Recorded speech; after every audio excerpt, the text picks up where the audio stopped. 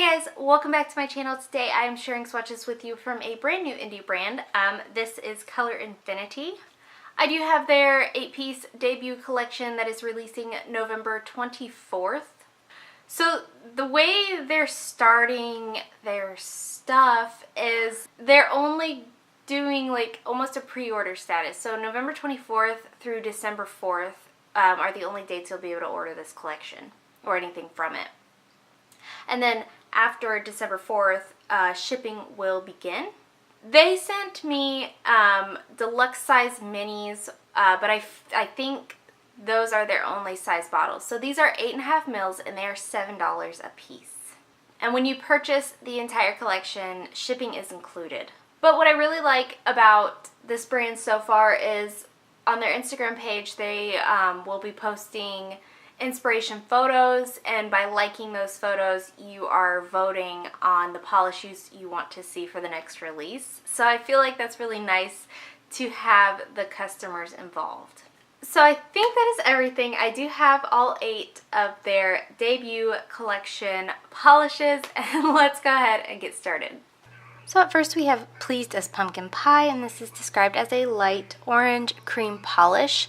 This has that kind of orange sickle color to it.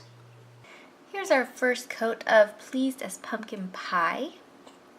This goes on really nice, really smooth, and for such a light color, it does cover pretty well here on this first coat, but I am going to go in for a second coat.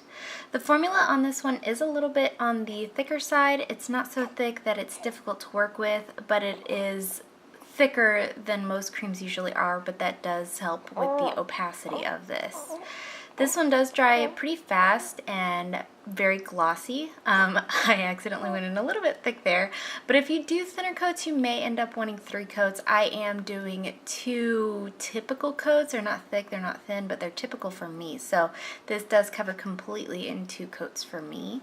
I also had no staining with this one or anything funky, you know, nothing crazy. This didn't run or pull. It kind of stays right where you put it because it is a little bit on the thick side. So there's 2 coats. Next up we have In Bloom, and this is described as a bright yellow cream with pink and blue shimmer, and the shimmer is extremely hard to pick up. It is very subtle.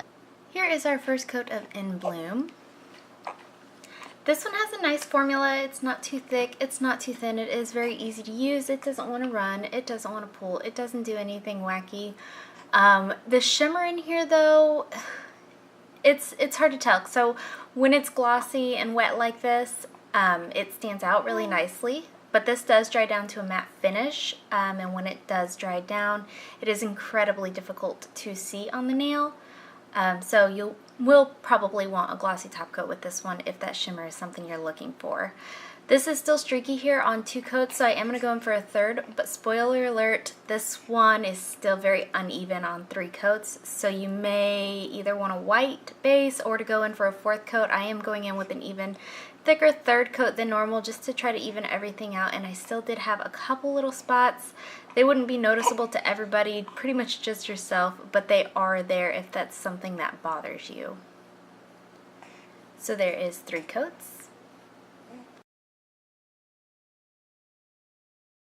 Up next we have Wrapped in Autumn, and this is described as a dark army green jelly base with shifting flakes, red shimmer, and scattered hollow glitter. Here's our first coat of Wrapped in Autumn. This one is a little bit streaky here and sheer on the first coat. You do get a ton of these flakies out, and as you build that base up, the shimmer in this stands out magnificently.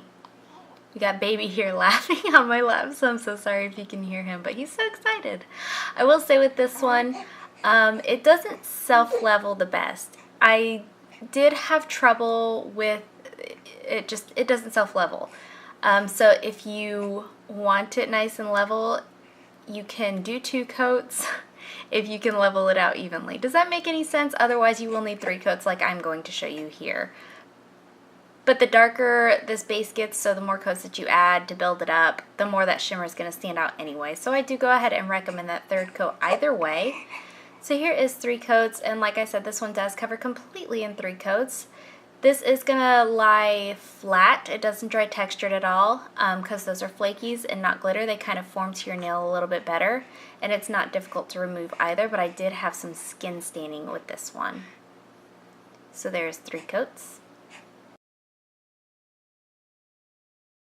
Next up we have chrome wheels, and this is described as a black base with shifting shimmer hollowed. So this does go from a blue to a purple, and then in some extreme lights it does go to a green.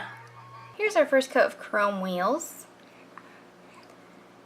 It says a good formula, easy to use, easy to work with, not too thick, not too thin. This is actually really nice. Most multi-chromes have a thinner formula and a more sheer coverage.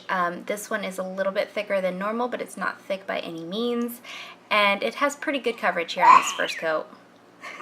So here is the second coat, and for me this one does cover completely in 2 coats. You can also layer this over a black polish if you want that multi-chrome to stand out just a little bit more. And the holographic in here is extremely strong, especially in the sunlight, as per normal with hollows. This one does dry a tad bit dull though, so you will want a nice glossy top coat to have everything stand out. So there's 2 coats. Next up we have edible glitter, and on the bottom label it says, "Note, not edible, do not eat."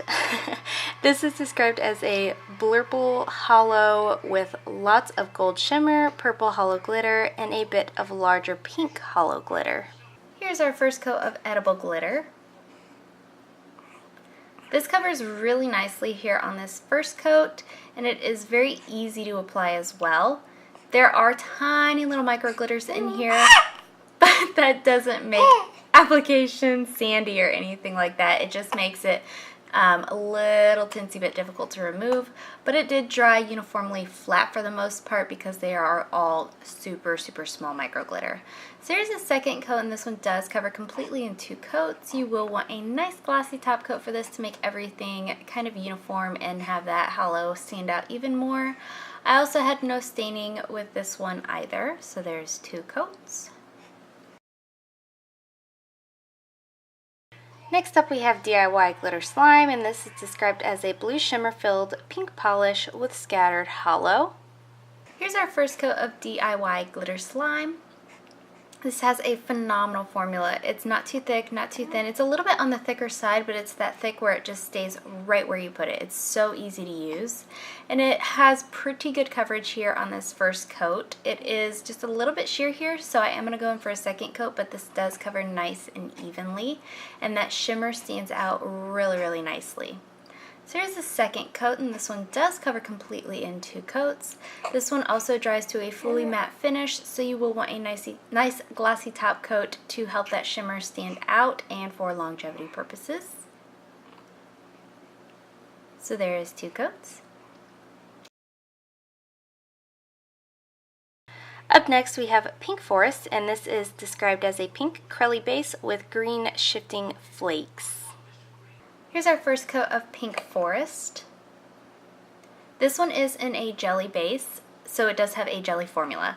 That means on the nails it's nice and squishy. It is a little bit on the thicker side, but it's not hard to work with by any means. It stays right where you put it, and it self-levels really nicely. It is very sheer here on this first coat though, so I am going to go in for 2. Here's the second coat. I am actually going to go in for 3 this time, but sometimes, or the first time anyway, I used this, I was able to get it completely opaque in 2 coats. And I had hoped for a little bit more of these black shredded glitters than what was coming out, but I also didn't shake my bottle or anything like that. This does cover completely in 3 coats, and it also dries extremely glossy.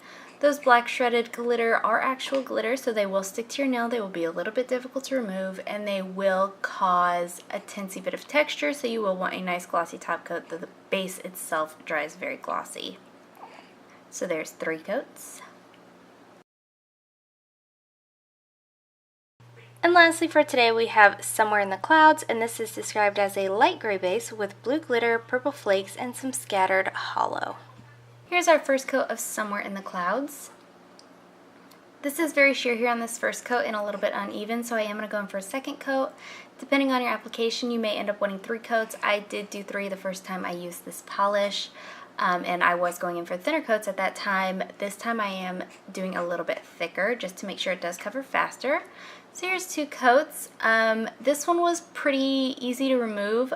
Those aren't micro glitter. I feel like it's maybe a tiny little itty bitty flaky of some sort.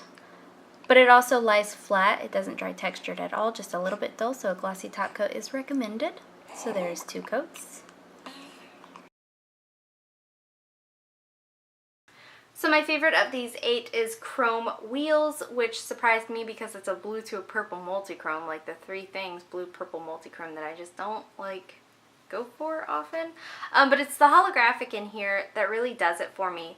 It's a nice linear holo, and for a brand that's just starting out, it's really, really well done. And that is it. Let me know in the comments below what you guys thought of these polishes, this collection. Let me know if you plan on picking any of them up, and let me know what your favorite was. Give this video a thumbs up if you liked it, subscribe if you'd like to see more from me, and I will talk to you again next time. Bye.